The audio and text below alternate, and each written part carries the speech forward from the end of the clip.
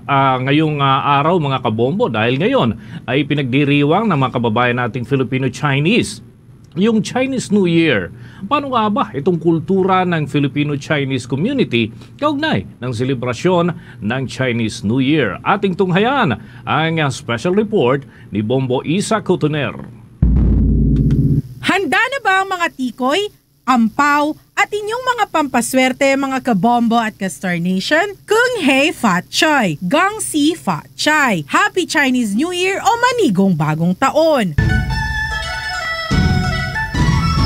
Sa paggunita natin ngayong araw ng Chinese New Year, samahan niyo akong tunghayan kung paano nga ba ipagdiwang sa bansa natin ang pagpasok ng Year of the Snake para sa mga kapwa nating Chinoy. Ang Chinese o Lunar New Year ay matang ipinagdiriwang sa bansa. Sa katunayan ay ginawa na itong special holiday upang magbigay daan para sa mga Filipino-Chinese na gugunitain ito ngayong araw. At kahit pati ang mga Pinoy ay nakikisabay na rin sa paggunita nito. Tinatayang nasa mahigit 1.35 million na mga Chinoy ang namamalagi sa ating bansa ngayon. Ngayong taon din ay ang pagpasok ng Year of the Snake. Ayon sa Feng Shui expert, ito ay bahagi ng wood element. Ibig sabihin, ito ay sumisimbolo na ngayong taon ay magiging puno ng pagbabago at pagunlad ang sasalubong sa atin. Okay, ang Year of the Wood, alam mo ba ang snake tignan natin, ang wood kasi na to is the yin wood element. Ang yin wood is like a flower. Dapat po itong yin wood na to, mga tao natin dapat may more on branding, name, reputation, beauty ang pinag-uusapan natin. Yin wood also signify also dapat maganda rin yung connections kasi connection siya, nakikikapit siya, nakiki-attract siya, nag-ride siya sa swerte ng iba. So we need teamwork, cooperation. Makakasama natin ngayong araw si Mariah Ang upang ibahagi sa atin kung paano nga ba ipagdiwang ng mga Filipino-Chinese family ang Chinese New Year sa ating bansa. Para sa kanila, ito ay nagsisilbing bagong simula na nagbibigay ng pag-asa at mga bagong plano para sa kanilang buhay. Ito nga yung Chinese way naman ng mga tao sa China rin and yung mga Filipino-Chinese din na nanginirahan dito sa Pilipinas.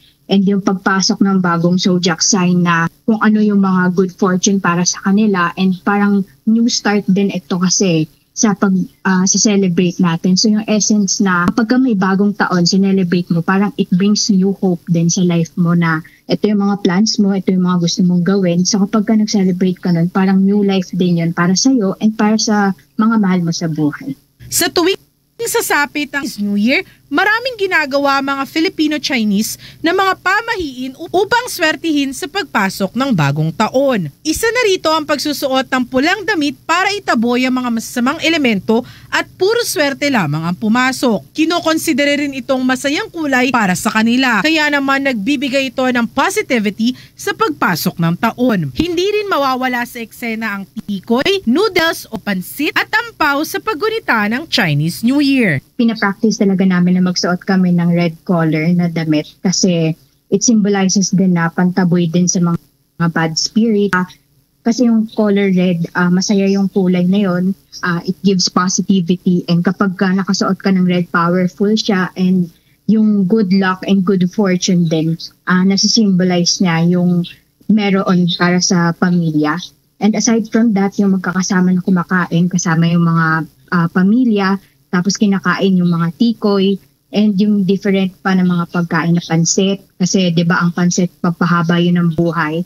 And as well as yun din kasi yung time para magkaroon ng get together. And hindi mawawala syempre yung tradition ng ampaw na of course yung nag-share ka ng wealth doon sa mga mas nakababata sa iyo. Para sa mga Filipino-Chinese, pahalagahan nila ang patuloy ng mga ganitong kultura. Kaya naman sinisikap pa rin nila na gunitain ito sa ganitong tradisyonal na pamamaraan. Ngunit hindi rin nila maaalis sa realidad na patuloy na nagbabago ang mundo. Kaya naman may unti-unti ring nagbabago sa kanilang paggugunita. Katulad na lamang sa pagbabahagi ni Mariah Ang na sa kanilang pamilya kumpara noon, ngayon ay mas naging simple na lamang ang kanilang pagdiriwang dahil na rin sa mga iba't ibang commitments na meron sila ngayon sa trabaho. Ngunit tinitiyak pa rin nila na hindi nila ito makakalimutan na gunitain.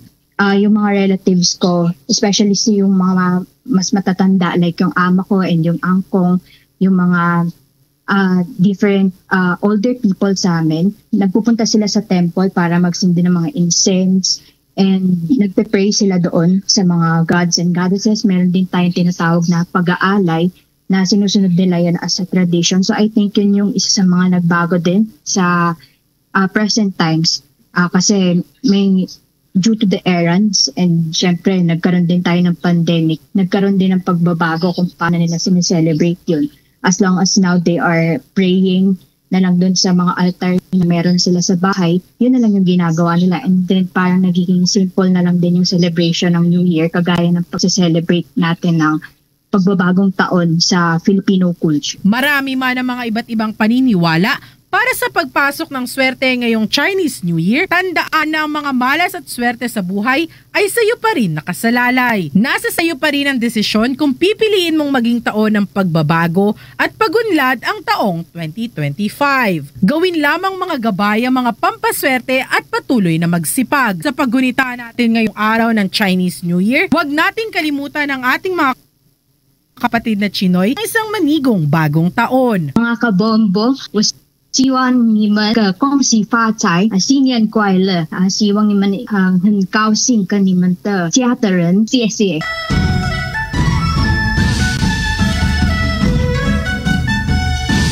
Muli, mga kabombo at Castor Nation, Kung Hei Fat Choi, Gong Si Fat Chai, Happy Chinese New Year o manigong bagong taon sa inyong lahat!